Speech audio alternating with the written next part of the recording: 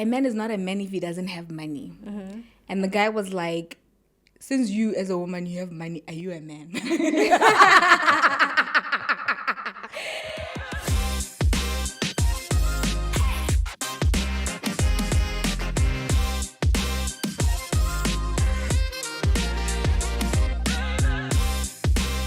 The sapiosexual platter. Everyone is busy providing, building, chasing, producing. But very few people actually spend time spiritually protecting what we have built. We've become a world of over provision, and we've forgotten how to nurture ourselves. That will be the conversation today on the pod. My name is Belse Abo Ame. And I am Shatani Somalakai. Welcome to the sapiosexual platter. Joining us for this conversation is none other than Mr. Duma Gidi.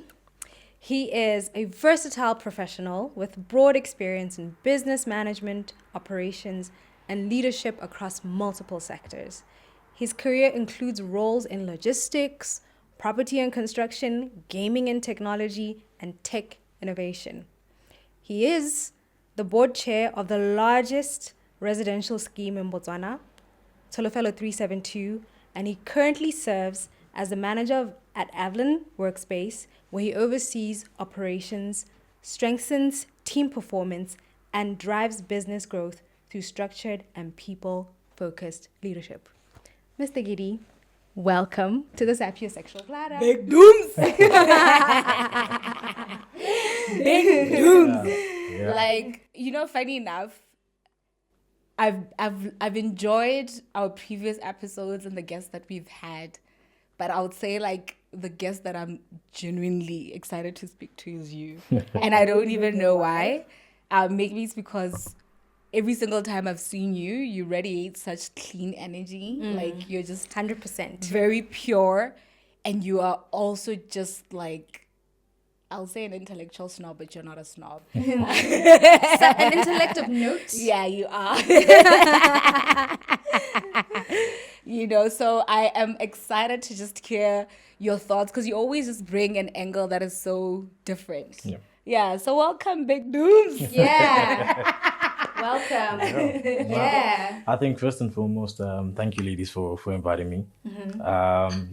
When I got the call the morning of, I was explaining this earlier, and I was saying I got the call, and it took me back to the morning when I was praying. Yeah. And so my prayer in the morning was, Lord, give me strength and give me the courage today to do what it is that you need me to do. Oh, wow. And so when I got the call, it was like, you prayed for courage. Yeah. Go ahead and be For confident. the things you also need to do. Yeah. Let's emphasize that. Yeah. No, that's So true. alignment. That's true. That's Yeah. true. Yeah. So I was a bit nervous, but excited when I got the call. Yeah. So I'm happy to be here. Thank you for the invitation. Yeah. I'm Welcome. excited. I find that very powerful because it feels aligned.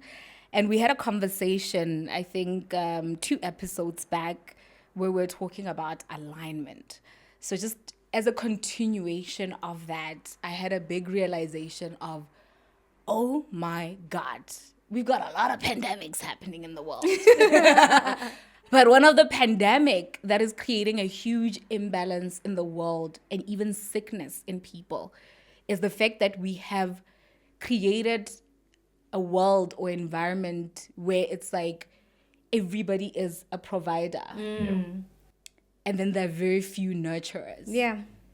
All of us, like our careers are set in provision. But we don't cement our careers in a balanced way to have those who deal with the provision aspect and those who are in businesses that nurture people. And even if you find people in businesses that nurture, you would find that a lot of the times it's mostly sometimes foreigners. The great quality ones would be like foreigners. They say if you look at the schools, it'll be foreigners. And then very few locals that play on that level. Because our collective conscious mind and subconscious mind has been cemented to follow the sun cycle. And I thought what was interesting in the episode when we spoke, I don't know what we're speaking about, but you talked about how men follow the sun cycle and women follow the moon cycle. Yes. And that just opened up a can of worms, because I'm like, okay, as you said, if the corporate world, the business world follows the sun cycle of a man, then it's like us women were playing in a cycle that it doesn't even allow us to thrive to the depth that we can if we were following our own cycle. Yeah. And then I was like, okay, if women were wired to be portals in which humanity comes into earth, and they are governed by the moon cycle, and emotionally, intuitively, they were made to be supporters and nurturers. Yeah. If we're all then trying to be leaders and providers, there's so much gap then that is created. And I'm like, yo, that is so extreme. Yeah. Then I thought about, this is why people have rheumatitis, skin disorders, high blood pressures. Yeah. You would have people who exercise, eat right, but because they are defined the cycle of their being and the innate and intrinsic way they were developed to be a supporter and a nurturer, and they are not doing that which their being was designed to do, then it's like you're defying yourself on so many levels that it makes sense when you get to 60. Yeah. You fall sick, you get a chronic disease of sorts, chronic pain of sorts. Yeah. Because you're just in a state of imbalance and lack of harmony. I don't know if it's disharmony or what is it? Yeah, lack of harm. Both are accurate. Disharmony? Yeah. Okay, he's just high these days. Yeah, but it's not only about you being in alignment. It's meaning that a society which lacks that nurturing. Yeah. So never mind the fact that you can't do it or you don't do it because, you decided to follow the grain, but it's the fact that you don't receive it. In other words, you don't receive any nurturing. Yeah. And because you don't receive nurturing, then that also leads to everything else that you spoke about. Yeah. Yeah. But yes, so we have Mr. Gedi here, or Duma, as I like to call him. So I see him almost every day. Yeah. He works at Avalon, where Samalaka and Associates is situated. It's an office hub. Yeah. And when Belle called, she actually came up with the idea to invite you. Okay. And I thought, yeah, perfect. Because when she explained the topic, I was like, he actually does that to a T. Like in a way that I can't even explain, but it's the magic behind how this hub actually functions. Yeah. And that's so- where we're filming the pod, guys. And we're filming the pod at Avalon Workspaces, situated on Independence Avenue, lot 205. 100%. And so, yeah. Yeah. So, yeah, welcome. And what do you think about provision versus nurturing? Firstly, do you think there's a distinction? 100%. I think there is a very, very big distinction, but you find that most of the times we don't want to separate the two, and instead, where I would see it as the two are supposed to work in harmony. We, like Belle was saying, we have resorted to prioritizing one over the other, and that has bred not only a society, even in organizations and so forth, where we have developed machines. That's precisely what we've done. We've developed machines. It's structural, it's transactional, there's nothing beyond that. It's machines. So you look at a country level point, you look at where policies are made, and it's more focused on growth metrics than the people. You look at where people in essence are now characterized as data points. That's what you then have. Yeah. And in the digital era, it makes sense, but having people being characterized as data points, me from the tech, background, it's like you don't see anything else. It's just data points, and that's all you want. Highly dehumanized. Highly dehumanized. Yeah. So, it's a shame because you see men these days as well who are they're not in tune with, their emotional side, and it's really difficult seeing how people interact. I always like to say that the way I would imagine a world, where if you look at one hand is very difficult to wash itself. And so you want a world where one hand washes the other. Yeah. And that only happens where nurturing is present. Big beef. That's only where it happens. Yeah. Yeah. Wow, that's powerful. That's so powerful. And not only is it powerful as a statement, but it's the way that it is accompanied by your energy, which I feel, I'm just like, whoa, that's so intense. Yeah. Where do you think, like, in terms of how you were brought up, like, did you develop that ethos and the value around people centricity, humanity? Yeah. I think I owe a great deal of that to my mother. I think she long cemented, these certain traits within me growing up, and also being in an environment where, unfortunately for me, I had to grow up a lot quicker than expected. But you tend to, if you have a certain mindset, you tend to look at things as a cup half full than half empty. Yeah. And so you learn to look at things and say, look, I'd rather take what's positive and leave what's negative behind. So yeah, she instilled very, very amazing traits. Amazing woman, by the way. Shout out to mom. Shout out, Shout out, Mom. Yeah, so she instilled those traits in me to say, you know what, ngwanaka, botshelo ke batho. Botshelo ke batho, you can't live without them. And so yeah, that's where we are today, and that's how I like to see things. That's how I do things. An organization without its people is not an organization. So why not prioritize them? Why not have them at the center of things? So yeah, that's how I see things. That is so powerful. That is so powerful because I think that is actually just evidence of nurturing and the power of nurturing. That you have this mom who put seeds within you that germinated into the mindset that you have now. And that mindset that you have becomes the foundation for all the things that you do in provision. But now we're in a world where children are being raised by nannies who may come from like a different background, different value system, and may not even be trained on how to handle, food for children, first aid training, what happens when the child chokes and stuff like that. But I want to get into the crucifix of this conversation and where I'm at with my conviction. And I just believe highly that the world needs to adjust and make a demarcation between men and women based on how we are biologically designed.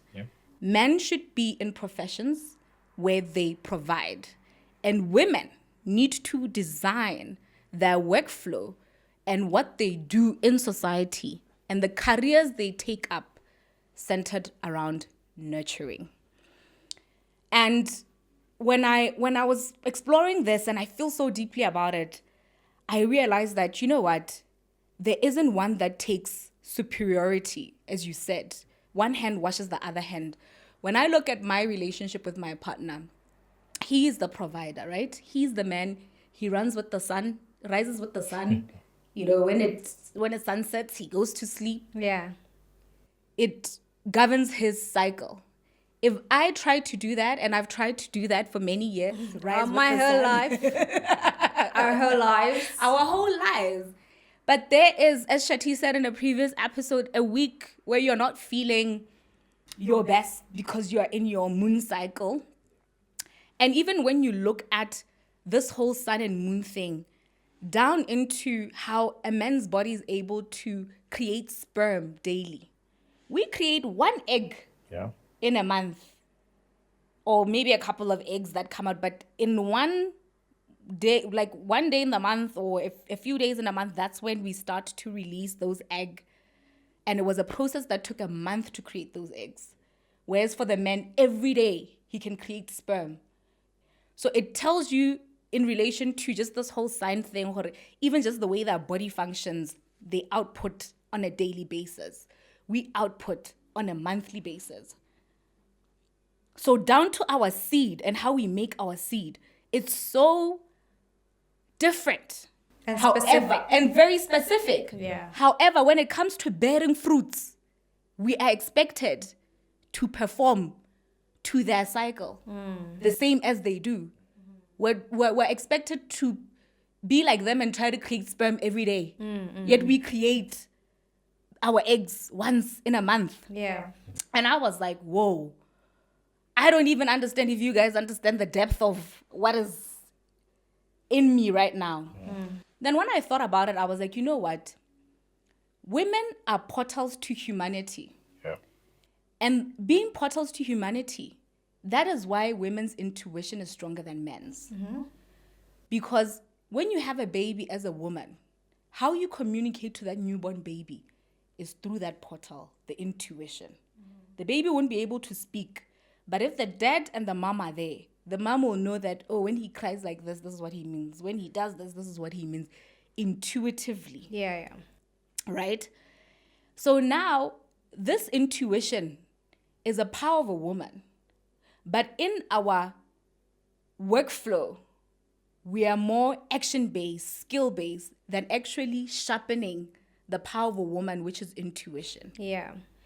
And then beyond that, we chase, we build, right? In the past, there was clear division of labor. The man goes out, he provides. The woman stays, nurtures the home, nurtures the baby. And this is not to just wash the baby's bum or to cook. Yeah. This was also to cover the nest and the home spiritually. Because by the power that women have intuitively or being able to relate with source through that portal and that intuition, that means that we have spiritual power and access to enlightenment spiritually in a way that a man wouldn't. And that's why when a woman is there, should be able to sense that this person is off. And men will be like, no, they smiled. And then it's like, no, I felt it in me. This person is off. Yeah. So then it's like, wow, we are building and building and building. That is the logical. That is the physical. What about the spiritual? Who is spiritually sitting down and praying for hours and chanting over the home that this needs to be protected? Who's out there casting spells, to say, and casting a spell, I'm not talking about witchcraft. I'm talking about literally affirming the state that you wish your home to be. Yeah. And I saw this with my grandmother where when I was growing up, early in the morning, she would take salt, coarse salt, and walk around the yard and be praying and throwing the salt around. And I'll ask her, Grandma, what are you doing? And then she would be saying, which is, I'm chasing away the witches. And I was like, wow. 3 a.m., woke up to pray. Woman, my grandmother, my mom, my mom's twin. And I felt a safety spiritually growing up because I knew there are no witches that can play on this ground. Yeah. Because I am with an army of women who are spiritually safeguarding this space. And we have an army of men who are physically safeguarding the place by providing. Yeah. So now, flow with me here. There's a deep spiritual compromise. Yeah. Because what is happening? Everybody is physically protecting the household. Yeah. Spiritually, we're compromised. Because instead of the mom being at home and making sure that the nest is safe and comfortable physically and spiritually, their conscious mind spends time in the logical realm. Yeah. That very few of us are in the spiritual realm. Yeah. And I was like, this explains So much. so much. Why do you think that is, though?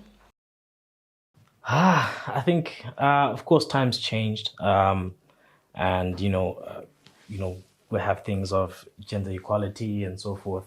And it's like you're saying, it's pretty unfortunate to see that we have that type of society where we don't have that covering anymore. Like it's being stripped away in so many areas, not just spiritually, but even in the sense of the homestead itself. That covering is not there, and that's why I think we've seen so many homes breaking down. We've seen society itself breaking down because, like I said before, we have built machines, but the more you build machines, the more it's. Let me put it in this way. If you build something that's that powerful, it leaves room for when it breaks. The crash is harder than when it's. I'll say when you apply something like preventative maintenance, when you constantly over time and periodically are going back to doing the praying, to doing the covering, you are able to sustain that for a longer period of time. Yeah. But when you don't, the fallout is detrimental. This is where you start seeing a country collapse. Yeah. For example. So it's unfortunate as to why that's happening. Yeah, it's a tough one. It's a tough one. But it's sad to see, to be honest. Yeah. I thought my thinking as she was speaking was perhaps a lot of women play in the provision/protecting space because they don't themselves feel protected or provided for. So it's like survival instinct. It's like in the physical realm, if I'm not provided for, quite literally, if I'm not physically protected, then there isn't any space to deal in the spirit. Yeah. It's you're praying, the house is unlocked. There are no dogs. There's no wall. So I think that's part of the reason why I was... With what you're saying, though, my point is, I'm not saying that women should just stay at home, right? My point is, women can still play in the provision realm. Yeah. But playing in the provision realm in a way that is authentic to their makeup. So, like, if we can find society valuing nurturing professions like bomasape, batlhokomedi ba bana, if we held that at a certain value to actually realize that feeding people right optimizes their intelligence, so they're able to output better. Taking care of children, it's building the foundation of the minds of the children, hence the foundation of the society at large. Yes. If we placed more value, conferred value on nurturing roles, and if us women esteemed those roles and saw the importance of them and played the provision game from a nurturing field, then I think it will create a better balance. But the thing is, we're competing in the jobs that are centered around the men's cycle. Yeah. And we want to play in them, which is okay. If that's your interest, that's okay. But I'm just saying that when it comes to food, people, you'll find that they don't take time out to learn about their food to make sure that they feed themselves right. And I saw something on social media where a woman said, I don't need to be the most intelligent person in the room. I just need to out-eat them. Because if I eat the best food, I optimize myself. So even if the intelligent person comes with their intelligence and their knowing, for as long as if the hardware is not optimized with the right nutrition, it's neither here nor there. So we now have a community where people eat street food, which there's nothing wrong with street food. I'm sure it's great. We don't know how it's prepared, but that's the culture. No, we don't know how all of it is prepared, right? Because it's more of an informal sector. So it's not even to say it's not prepared right. I get you. But if you're going to take something and insert it in your body, you don't know the level of hygiene, nutrition, and how it's going to create the building blocks for you. So my thing is, I'm not saying that women shouldn't be in provision. I'm just saying they should provide through nurturing fields majority of the time. Yeah. No, I agree with you. I was just so my comment was made also systemically. Yeah. So if you have a society that doesn't value nurturing, it therefore means that there is no provision for that. I don't know if that makes any sense. Yeah. It's like I cannot realistically want to be a master API or any profession in where Sorry. No, I'm laughing because I just had a picture in my mind of you being a massage player. And I'm like, that is so funny. Yeah. Yeah, but like I can't realistically want to do that because it doesn't come along with the protections that a profession in the masculine field does. And I don't have anybody in my support system or within the family structure where if I do that, then they can support me. I don't know if that makes sense. Or I don't live, because the society doesn't value it per se. Yeah. It doesn't come with the reinforcements and everything that the jobs in the masculine sector come in. Yeah. So in a sense, there is no protection. Like quite literally, the system doesn't protect nurturing professions. Yeah. In the same way that it applies even in the relational context, where it's like, okay, maybe women are doing certain things or taking the role of a provider because the men aren't showing up in the way that they ought to show up. Yeah. So I was just trying to say that perhaps the reason we have that imbalance is because we have a society that doesn't confer value on those professions or those characteristics or those. So it's like I would rather than play in the field where I will be recognized, where I'll be seen, or where there can be some kind of outcome that allows me to live, and hence the competition in that space. Yeah. And so it's you. about changing the mindset to say, do we appreciate the value of nurturing and what it does and what it brings about? And it takes time. Yeah. It really, really does. Because sometimes, I'll give examples. Sometimes when my clients would ask for a solution, Yeah. sometimes I'm like, yo, this is not even legal. Yeah. You actually Go see a need therapist. to go see a therapist. Yeah. There are some of my corporate clients where I have recommended another professional outside of You do that with me all the time. where I'm like, okay, you want to take this person out because of this and that. I actually think this is what you should rather do. Instead of asking for the legal procedures around how you take them out, I think actually adopt a different approach. Yeah. And I guess that's where I would insert my nurturing aspect within That field. the field, which is a highly masculine field. Yeah. But you put in the nurturing aspect to Yeah. it. But I think like with Duma, my question to you would be like,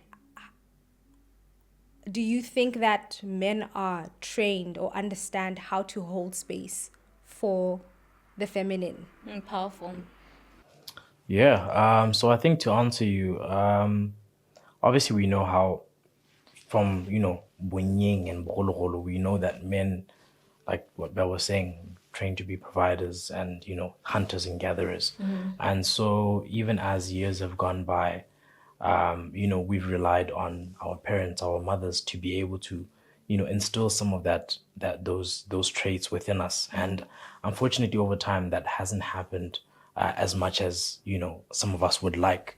And so you find a situation where men don't really even have that much of a capacity to hold that space. I remember recently I was talking to a friend, and when you're so wired to, when a question or someone is saying something, you're so wired to respond with a solution.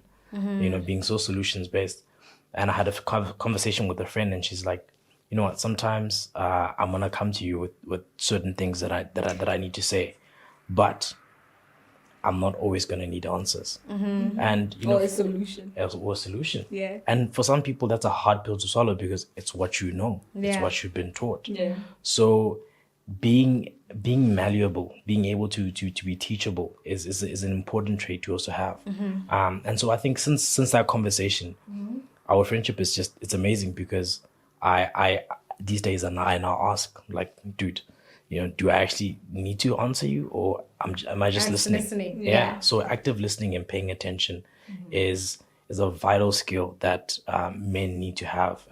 Fathers need to have. You know, sometimes your kids are going to be there and they just need you to listen. Just listen. Let them blabber. Let them say what they need to say. Yeah. You don't have to say anything back. Yeah. You know, so I think we have to go back. Yeah. We really have to go back, and it's important that, you know, teachers, everyone who is in that profession of being able to nurture, especially a child and an infant, we need to go back and strengthen those areas Yeah. because there's so much lacking. Yeah. And I think even culturally speaking, we're losing culture as well. Culture is being stripped away because of you know, like we're saying, everyone is chasing this, everyone is chasing provision, everyone wants to, you know, achieve what they want to achieve, and that's not a problem. Yeah. But let's not lose the essence of things. Yeah. Yeah. You know, You know- let the balance be there. Yeah. Yeah. Yeah. 100. You know what's so crazy though, when I'm hearing you both speak, I thought to myself, and this is also a train of thought that I had prior to this, is that as a woman, I think it was even yesterday, I had a realization that if there is somebody handling the sun cycle part for me, if there's a hand that's washing my hand by handling the sun aspect, I can handle the moon aspect. Yeah. And I would want to see how, as a woman, I can thrive if I was following my cycle. And I also realized that it doesn't mean that if somebody follows the sun cycle and they're a provider, they can actually only make an impact or an output of sorts. Because I realized that ever since I became a full-time mom and the sun cycle aspect is handled for me, I've been at my most productive ever. Because now I work at the time that is comfortable for my body. Now I wake up at the time that is comfortable for my body. And there will be that 1 week that Thabo is telling me, you're just sleeping, work. And I'm like, bro, I'm not a man. That's your man cycle, that's your sun cycle. I'm on my moon cycle, and this week I am sleeping. You will watch me come to work and lie down there and sleep. And I'm like, notwithstanding, I'm running 4 or 5 businesses. I'm a full-time mom. And I was like, I realized the power of the hand wash. When there's somebody handling the sun cycle. Yeah. As a woman, I'm there to support. As a woman, I'm there to incubate. As a woman, I'm there to multiply. Yeah. Give me the sperm, I'll give you a baby. Give me money monthly and take care of my needs. I'm a multiply your ish in a way that you've never seen before. Yeah. And with men, it's like daily action, daily output. Yeah. With women, as you saw, we create 1 egg in a month. So that means when I'm multiplying your stuff, it takes time. Yeah. When you gave me the sperm, it was then that day. I took 10 months and I gave you a baby. When you take care of me, wait and see what I do. A whole human being. I know, you know. So when you take care of me, just wait and see what I'll do if you cover my sun cycle for a period of time. Yeah. And let me show you what the moon cycle can create. Yeah. Yeah. So it just brought me into a train of thought that, oh my God, I wonder what would happen to society if women were actually operating in a cycle that empowers them. Yeah. And how much...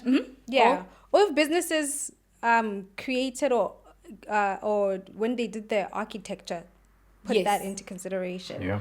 Because I think that's what Avalon has done Yeah. very well, which is he's the manager. Yeah. And then we're all kind of, in different office hubs. And Yeah. literally, if anything needs to take place, Yeah. the person that we go to is Duma.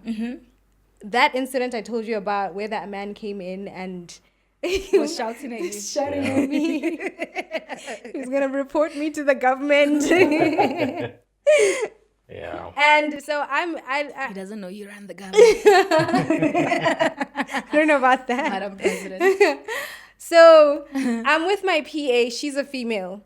So I think we sat there froze for like 30 minutes. Yeah. And then at some point I just called Duma and I'm like, we need help. Yeah. And the way he just really was like, don't worry. Yeah. And he just called him and Yeah. we breathed. Yeah. And it was like, oh my gosh, if Duma wasn't here, What would we do? What would we do? And it was just interesting, just like the minute he came in, there was just that relief of, Yeah. it's sorted, it's cleared. Is that nurturing though? Protection. It's protection. Yeah, protection. Because- More provision. Yeah. Yeah, because then we are able to focus on the business. Exactly. You know, and creating, doing, working, and so that someone like an associate operates, and then we're able to give into or feed into the network of Avlan. Exactly. So basically it's that to say, Yeah. okay, we're going to have a manager, provide, protect, make sure everything is sorted. Yeah. And allows everybody else to kind of thrive. Yeah. And I feel like that's why I was asking about, like, because I've noted that you have that ability to hold the feminine cage. Yeah. Where you come in, even on a days where I come in, I'm like, do you know what happened in court today? Oh my gosh. Yeah. And you just listen. Yeah. It's like, okay, Yeah. fine. Yeah. Let's go on. And just seeing that power in play. Yeah. To say, even in workplaces, the idea of workplaces where it's just all male Yeah. or just all females. I know businesses where there's all males, and we all know, like, you know, the disadvantages, and we see the Yeah. disadvantages of just having just full on male energy. Yeah. Or businesses where it's just females. Yeah. We all know. Exactly. Too many hormones. For Too me. many hormones. And funny enough, even within the legal fraternity, there's actually, I'd rather not say, but yeah, within Say it. no, but there's just, you know, in just certain businesses where, you know, it's all male or all female, there's always an imbalance that the industry is aware of. For like, if you go there, just know, This you is know, what happens. yeah, because it's dominated by a particular gender. I remember there was an incident where I was with my partner, then at the time boyfriend, and I was in his home country where he runs his business. And literally, they run a cleaning company, and this man is come in the morning and he is washing the carpets. Like, he's washing the carpets, and it's all man, the business, right? So I come in, and, you know, they're just there looking at the carpet like, no, there's a spot there. You don't wash there, wash there. And I look, and I'm like, yo, this man came at this specific time. And since that many hours, he's been at these carpets. Yeah. So I looked at the man, and I was like, hello, sir, would you like some water? Yeah. And the way his face just lit up, like, and was so shocked, and he looked at me.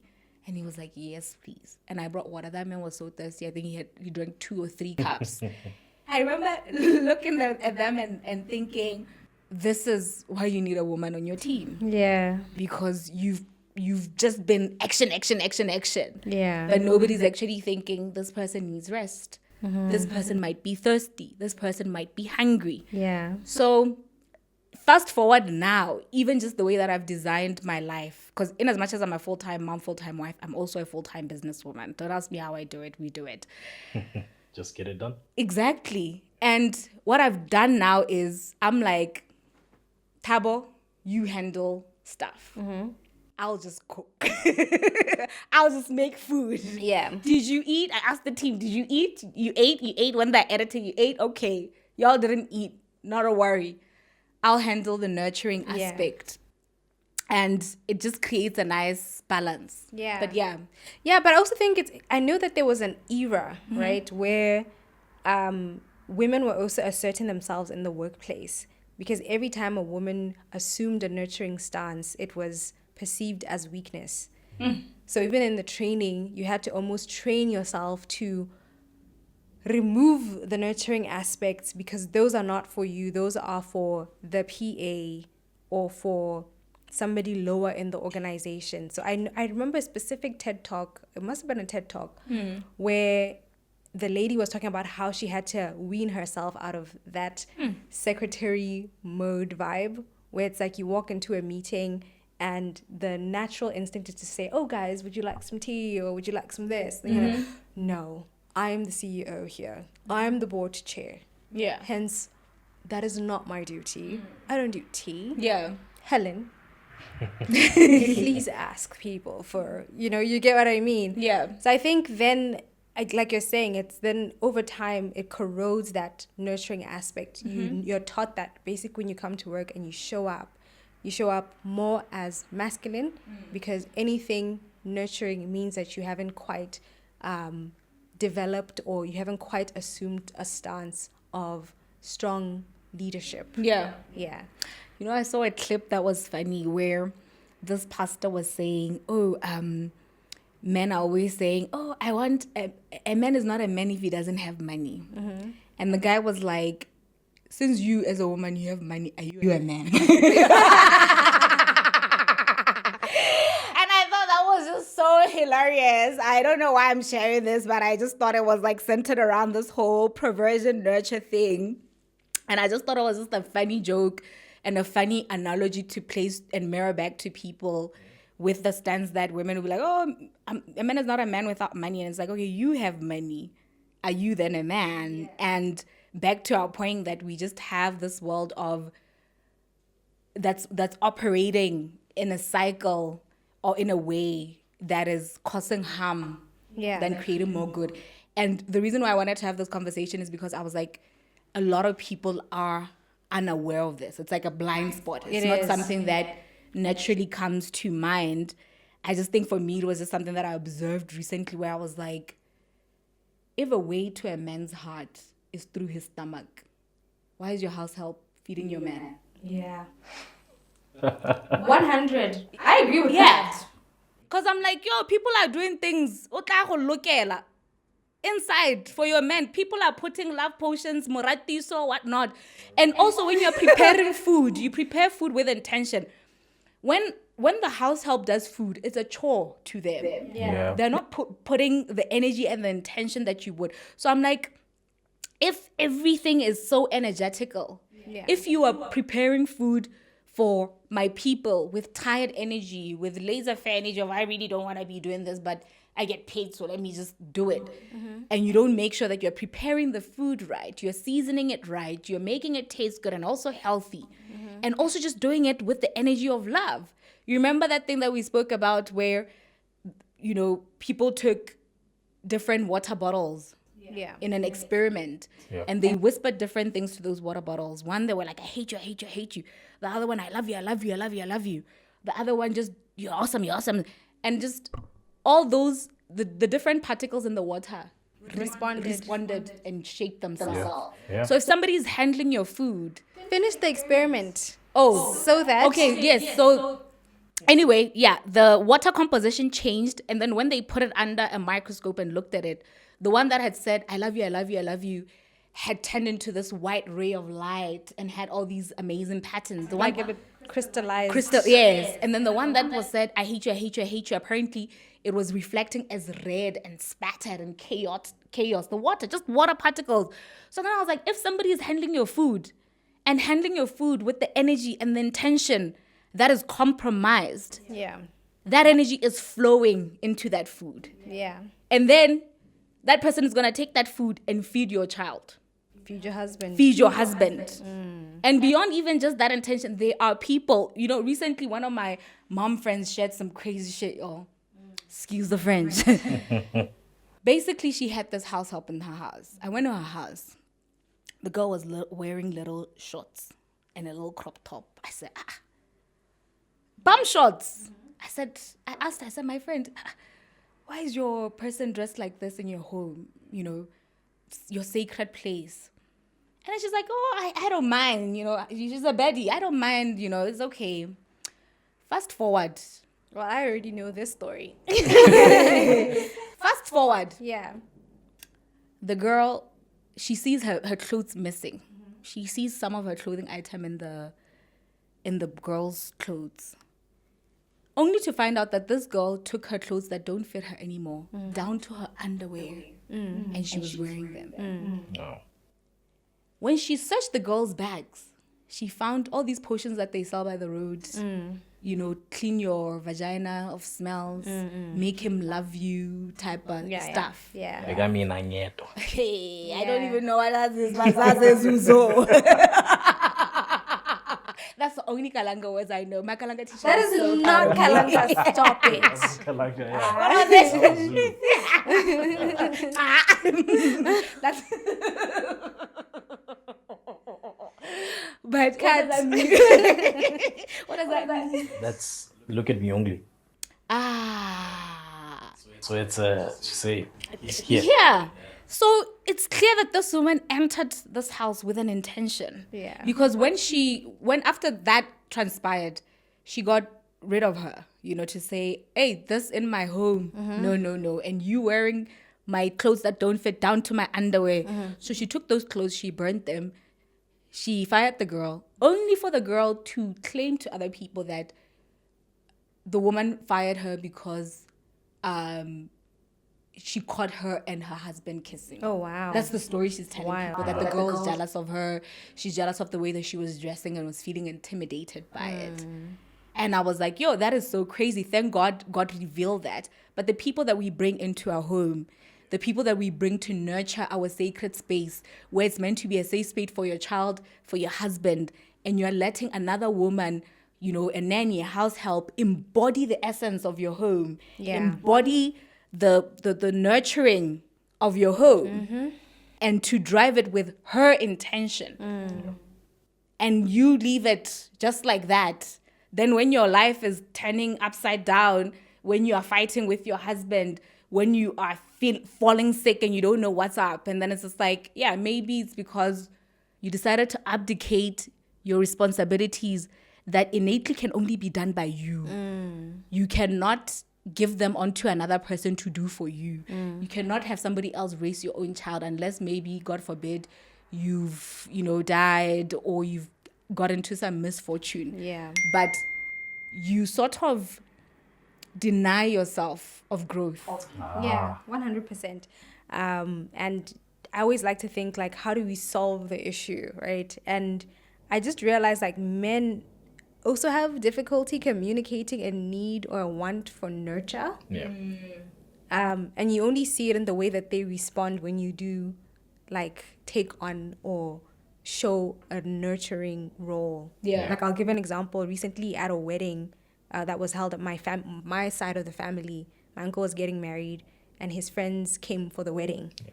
And so in our culture, like, you kneel down and you wash people's hands with a bowl and a cup. Yeah. And so I remember doing that, and you could just see them, like, what's going on? But really enjoying it. Yeah. You know what I mean? Yeah. It's always this, like, small guy, like, this is dope. Like, Yeah. this is really dope. I wish people could just, but you can't, they wouldn't demand it of me. Yeah. Because apparently that's not demure. I don't even imagine that people, even when they're, starting relationships or thinking about getting married, like, it would be so weird to be like, I expect that my wife would wash my hands every day. Yeah. It's like, well, why don't you just ask for it? Yeah. You know what I mean? Yeah.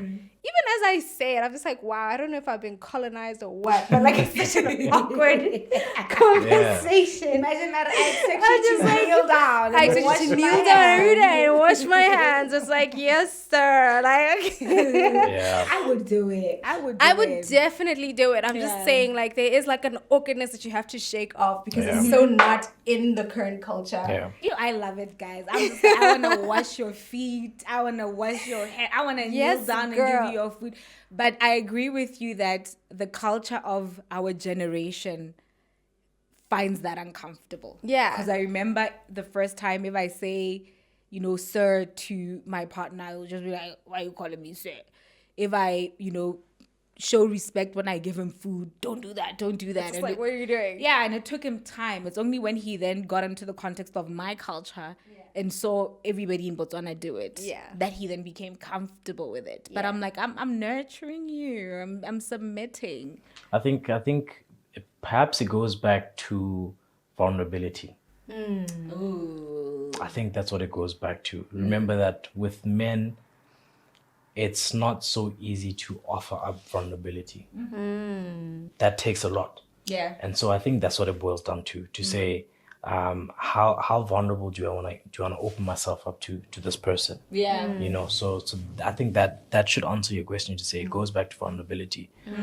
Trust and believe. I think a lot of men actually do want that, but I'm saying opening up and saying, you know what, it's one of those things where you to a man, and I hope I'm not speaking for all men. I'll speak to myself to say it it leaves that room where you wonder just how much should I let this person in, right? Because you don't know how much when they're in, you don't know how much gets taken away. And I think that's what men do. They tend to safeguard and protect that space. So yeah, I think that's what it is. That's interesting that you called it a space of like such intense vulnerability. And it shows like, I don't even know how to like express it, but it's like in that moment I'm like, the power of a woman nurturing, because you're literally ministering to the vulnerable aspect of, like, so vulnerable that I'm not even gonna express that as something that I need. Wild. Yeah. Imagine what would happen if the business world, the corporate world, The government. the government Yeah. made space for nurturing roles in organizations. Yeah. To say there would come a specific time where these 5 women pray over the success of this organization instead of us toiling and action every day. Let's actually make the strategy of you 5 of you daily. You come in, sit here, pray for 2 hours. You meditate and visualize this organization for 1 hour in the morning, 1 hour in the afternoon, 1 hour in the evening. Yeah. Y'all go out there and do your action, because now sometimes I wonder the inability of Africa to penetrate the business world as Africans, not as foreign companies. Is it that maybe we are spiritually vulnerable because we're doing too much covering in action, but Too much, yeah. very few covering in nurturing and in spirit, and covering our stuff spiritually to say we're going to do the thinking and feeling work, and we're going to give the feeling work to the people that intrinsically feel more than the rest of the people, so that they can feel in the reality that we want and the vision that we want for this organization, for this project, for this thing that we're doing. Yeah. I believe that. I think that's why I call myself an energist. Yeah. A possibilitarian. A possibilitarian. Yeah. But something that both Belle and I agree on is that energy should be charged for. You know, like I don't even know why you guys are sitting in my presence and you're like, what is this? Wow. All this teaching for free. because I've seen it. Like all we need to do is walk in a place looking pretty, and you just see the way that the energy changes. Yeah. And that's all, and that's a job. Yeah. It's a full-time job. Even just sitting on this part, look at how we're looking. Look at how we're dressed. It's a full-time the job. energy, guys. Yeah, energy. That energy. Energy. Yeah, and I think, like you were saying, going back to organizations and so forth, I think we also need company owners as well to be able to open themselves up and allow for certain individuals as well to create such spaces. I'll be I'll be so wrong if I don't mention this, but I'm thankful to my directors here, because I think from the moment we had our initial talk to where we are now, there is such a huge level of growth and a level of openness that we've managed to curate and have, where when we spoke, it was, I straight away I mentioned things like I need to make sure and have a company where the culture is amazing. Because if a culture is cold, trust and believe that the organization won't go anywhere. Productivity will be low, performance will be low. So that was one of the first things that we spoke about. And up until last year when they gave me my appointment, it was like, I hope you guys know exactly what I'm going to do. And I hope we're on the same page. And it went well. I think even till today from last year, we have had an amazing team, a motivated team.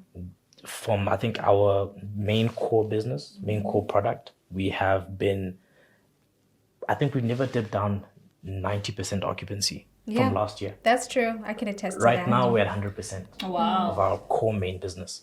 And to me, that's testament to the culture that was allowed to be created here. Yeah. And I truly speaking, I thank the directors for giving that space and allowing that to happen. Yeah. Yeah. Wow. Shout out to the Johnsons. Yeah. Yeah. Shout out. Yeah.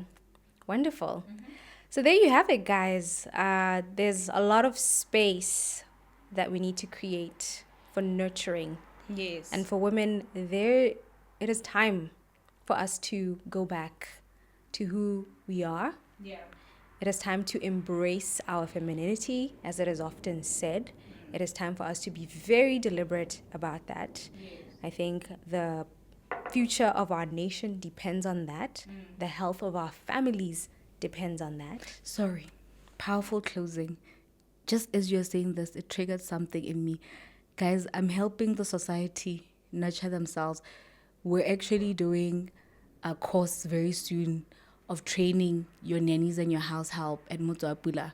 We're doing a course where we're helping the nurturers of your homes to hold the space in a better way than they are. So carry on, let them nurture. Make time and go. Be there. Yeah, be there. But yeah, and men, don't be afraid to be vulnerable and share what it is you really want in your woman. I hope you enjoyed that episode. My name is Shatani Samalakai. And I am Belle Seabo Ame. And you've been watching the Sapiosexual Sapiosexual Platter. He said sexual platter. He said platter. Platter. Okay?